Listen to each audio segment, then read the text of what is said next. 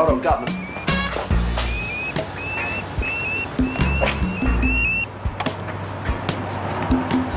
Go. Back to the drawing board. He's designing one of these of his own. To his plans.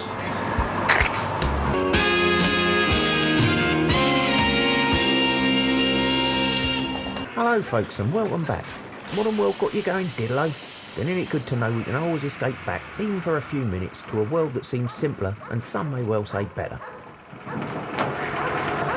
You stupid bastard! Today's caper is a trip that takes us from the fringes of Notting Hill into Shepherd's Bush and onto Holland Park. Let's get cracking. We begin on Hippodrome Place in Notting Hill, where in I Want the Man, Regan Snout Popeye phones in with information about one Frankie Little. Mr. Regan, please. Is it urgent? Tell him it's Peter. I've got work for him. Hello, Popeye? Frankie is about to attend a meeting at Julie's, a restaurant on Portland Road. Here we see his contact arriving in a cab. From where our good old friend the prop phone box stood, you can see there's still a red pillar box up the top of the street. Everything else has of course been modernised and gentrified to within an inch of its life in what is now a pricey part of town. The cab stopped down here on the left, where Portland Road is blocked off by a small pedestrian and seating area that you can see is now filled with trees. As a little side note, our always valuable side-by-side maps show that Portland Road was actually still a through road, perhaps as late as 1974. The episode filmed in 75, by which time we can see the pavement and low wall are in place. The next shot is the view from the blocked off Portland Road as the squad arrives on the scene. They bundle out of the car, across the now pedestrianised area and into the restaurant. Here's the view of the approach today. As we swing round into Julie's, the restaurant in question, you'll notice one of the old preserved Metropolitan Company cattle troughs that we first saw in Clerkenwell in a previous video.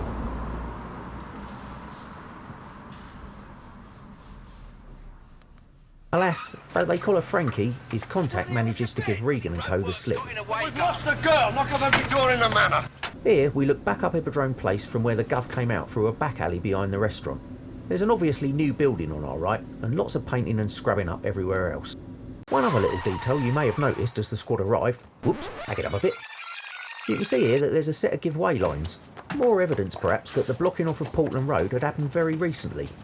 Without troubling our shoe leather, we can take in a scene from Series 4's Nightmare. Jack and George are hot on the trail of an electronic tracker inside an antique commode.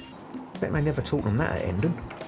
The runaway item arrives at Myriad Antiques on the end of Portland Road.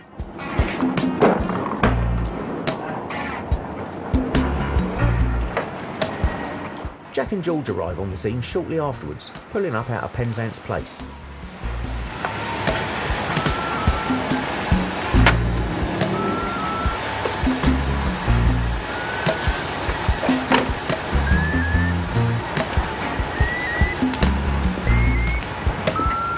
Hold on, Governor.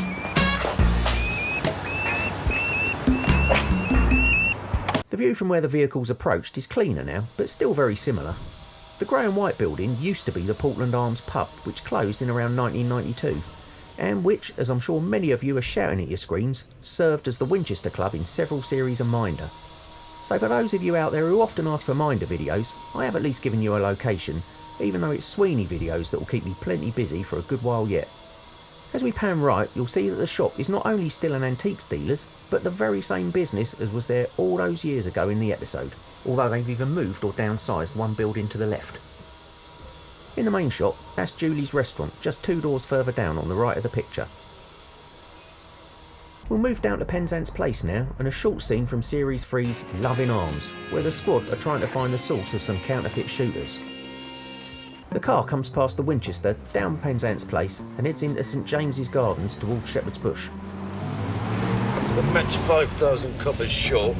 I assume this building we're panning past now used to be a pub or club at some point, but I couldn't find any decent info on it, and even when the episode filmed, there were no signs visible to identify it. We'll head into St James's Gardens ourselves, where in the same episode, the dealer of the bent guns is on his way to a business meeting. I'm all set up, do you know what I mean? See, I used to work for Mr. Blakeney when he was in the car wash. Just a short clip this one, where I'm obviously on foot, but you can recognise the design of the houses we're passing from the episode. Further down the same road, in Series 1's Jigsaw, Carter is meeting with a local vicar to check on the alibi of one Fat Eric, whom Regan suspects in connection with a job in which a night watchman was badly beaten. Unfortunately for Regan, the vicar confirms Eric's story.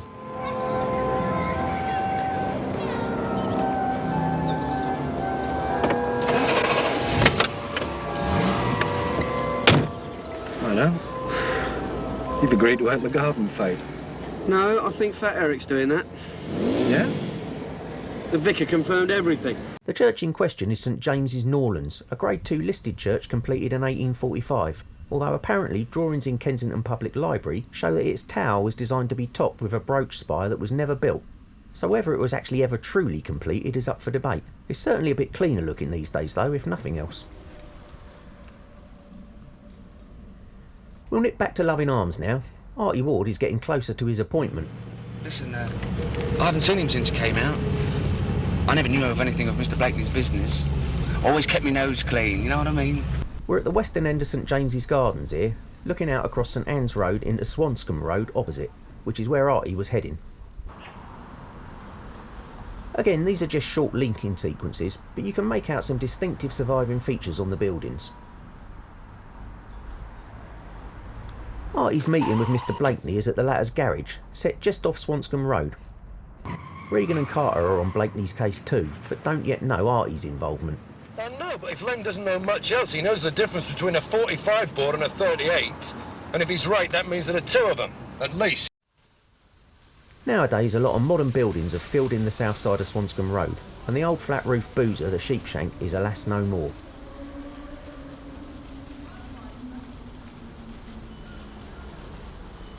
A little trip to Google Earth though does show us that the tall building with its distinctive round window that hosted Blakeney's garage is still there. Staying right here on Swanscombe Road, we'll pick up a scene from Hit and Run, where Alan Fowler is trying to coerce French teacher Judy Grindon into carrying on her cross-channel smuggling for his firm. Grindon is a colleague of Carter's wife, which as we know leads to a tragic outcome. Fine till I saw you. Oh, don't be like that, Judy. Leave me alone. You haven't seen me for a month. It's been a nice interval. Carry a bag for you, miss. I can manage. The parade of shops they walk along still sits beneath Swanscombe House flats, and there's still a laundrette and newsagents in the same units they occupied over half a century ago. Little things like that always raise a smile.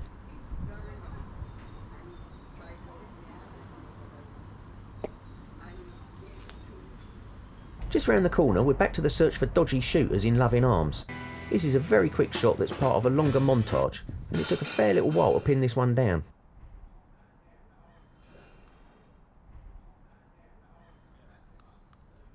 We'll pop back alongside the shops again and take in a scene from Stay Lucky, eh? In Series 2.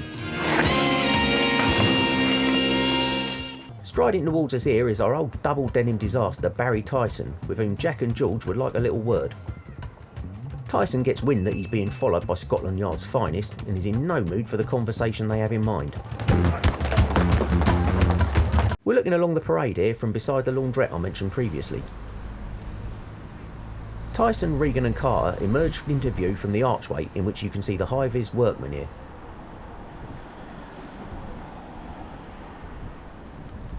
The trio leg it past the laundrette and out onto St Anne's Road, where Tyson quickly doubles back into an alley. Jack turns to head him off. This is that same view today. I imagine the laundrette survives still by serving many of the folk who live in the surrounding flats and tower blocks. As we pan round, you'll see the entrance to the alleyway down on the left.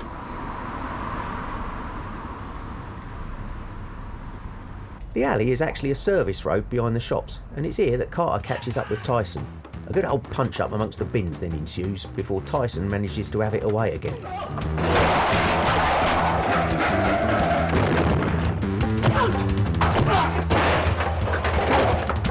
Here we are looking at the same view today. All that's really changed is that the flats have been painted and double glazed as far as I can tell. You do get to hang out in some interesting places making these videos. Just for good measure, here's a close-up view of where Carter and Tyson had it out. Guess it's a sign of the times that all the shop entrances now have to have steel shutters and alarms, eh? But you can still almost hear the echoes of the bins and crates clattering around as you walk down here.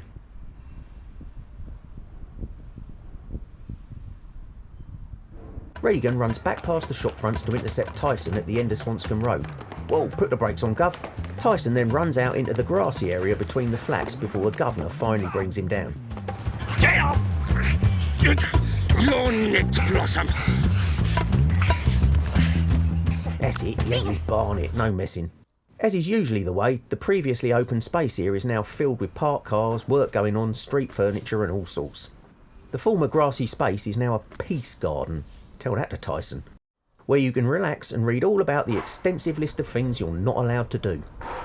When I was a kid, any open grassy area would be full of herberts running around playing football and letting off steam. I've no idea where they're supposed to go now. Is it any wonder they're all indoors on Minecraft?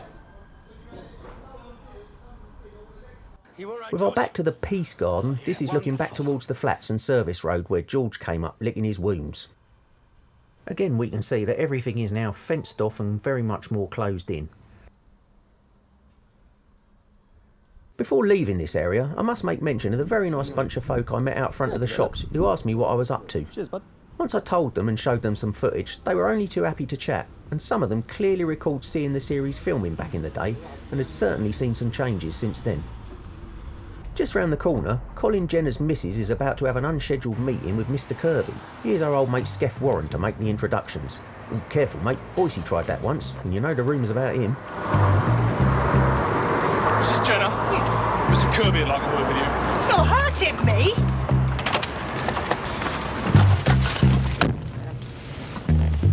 The entire walkway that led up to the older estate is now gone, replaced by a row of modern flats. These block our view of the tower blocks, which are still there but aren't clearly visible as they were before.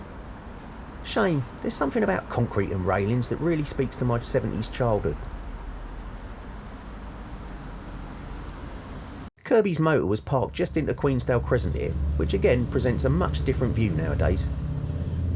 It's honestly not just nostalgia to say I prefer how it used to look. I suspect I may be in a minority there though. Back on the main road, we'll grab a short scene from the Sweeney swan song, Jack or Knave. The squad are rounding up suspects in a robbery case, and in this instance as one of them comes out from helping his mum with the shopping.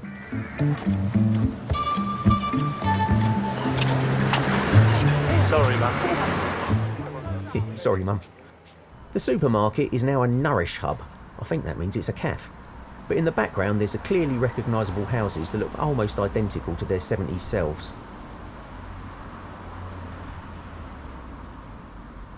We'll scoot down a bit now to Queensdale Road, where in Jackpot, the squad is racing to apprehend a gang of armed robbers who've snatched a small fortune in cash. We see the initial action as the gang are intercepted, but then re-watch a lot of it via film in the squad screening room. Here we're racing towards Royal Crescent Mews. This is the view today, back up St Anne's Villas and swinging left into Queensdale Road. You can see that there used to be some industrial units at the end of this road, which are now no longer there. A little further up we have a long shot back up Queensdale Road as a police rover approaches and then turns left into Royal Crescent Mews, wobbling like a jelly on its old school suspension. Here's the same view today, cleaned up houses but still easily identifiable. This is another location it took me a surprising amount of time to find, and I only really pinned it down when I spotted this turning into the Mews and recognised it on Google. We'll head into the Mews for the main sequence, but just before we do, we've seen the cars approach and swing left out of Queensdale Road, as the Rover does here. However, Regan and co in the Granadas take a longer route in via Norlands Road. Seen here in full screen, they approach from the far end, with the turning from Queensdale Road now on our left. So basically, they do a U-turn round this boozer, from what is now this highlighted pedestrian area. Doubtless you'll also have noticed that Holland Park roundabout is a more recent addition. Anyway, back to the action as the gang are rounded up. Where's Biggleswade? Unsurprisingly, a large Mews in this area is now highly gentrified. Most of the old green lockups are long gone, although a few still remain in the far corner.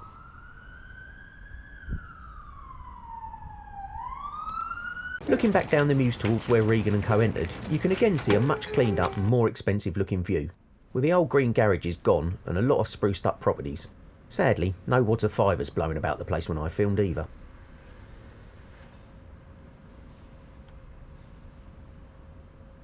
This view takes in the northeast end of the Mews. I believe W.S. Bond was a funeral director's. Ooh, sucker punch. Didn't believe anything. Well, he said he'd surrender. As you can see, we still have some surviving bits of the old garages up this end.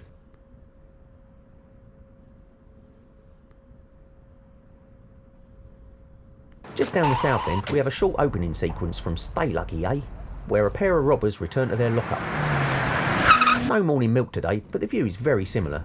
The building on the left has obviously been done up a bit. At the end of Norlands Road, Regan scouts for info in the Loving Arms montage. A very different view now, as we look from the pedestrian area to the top of Holland Park roundabout. Over to Holland Park Gardens and returning to Jackpot, we have an earlier scene of the squad en route to the Mews. They turn left onto Holland Park Avenue, passing the ends of Royal Crescent.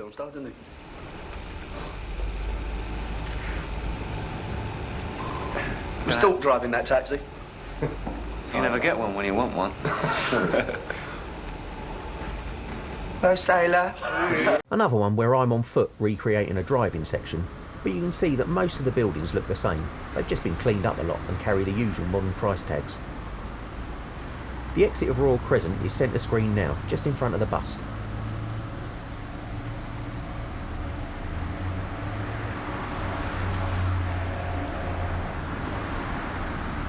Last up, we'll scoot over to Holland Park Mews, where we first take in a closing scene from Ardmen. The governor goes to Marge's flat, where he may get more than the German tin helmet he bargained for. Might even get a Blue Peter badge. Marge? Been and gone. Africa, I think. You think? Who are you? Susan. I'm looking after a flat. Who are you? Jack Regan. Could I come in? I left something behind last time I was here. Oh, sure. Excuse me. Marge stroke Susie's flat is number 39, seen here with its fresh coat of paint and 21st century price tag, but looking otherwise much the same.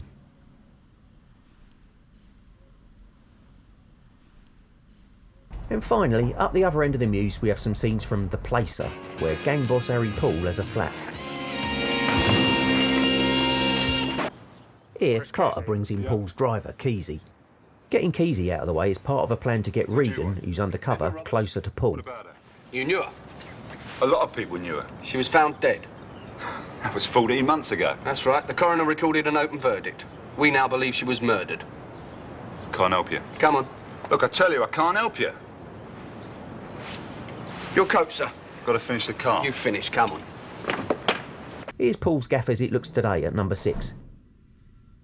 Still got black doors, and you can see this little bit of ironmongery still that was probably once used to tie up horses, that being what Mews were originally for.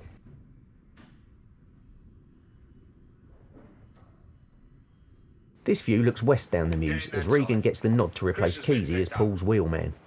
What for? Some old brass was found dead months ago. He knew her. Here we see that same view today, certainly one of the longer and grander Mews that I've so far visited on my filming trips.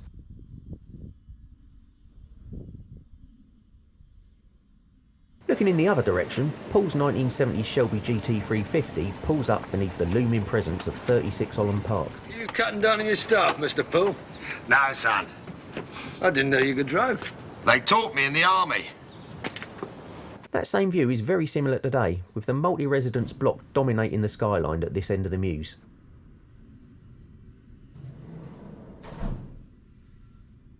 And so, that brings us to the end of this bumper edition, the recorded route plot for which you can see here. Just before I go though, you might remember this Nat West in Notting Hill from a previous video I did, in which I remarked how unusual it was that a branch was still operating today. Well, I walked past it on my way home from this filming trip, and wouldn't you know, it's now shut down. Just goes to show how quickly things change in London, even since I started making these videos. Similarly, the building across the road from which Askins watched the bank, which a year or so ago when I filmed was prepping for renovation, is now changing rapidly, and the rooftop spot which the DCI occupied is now no more. Progress in it. Anyway, as ever, thanks ever so much for watching. I hope you enjoyed this one, and I'll catch you next time. Ta-da!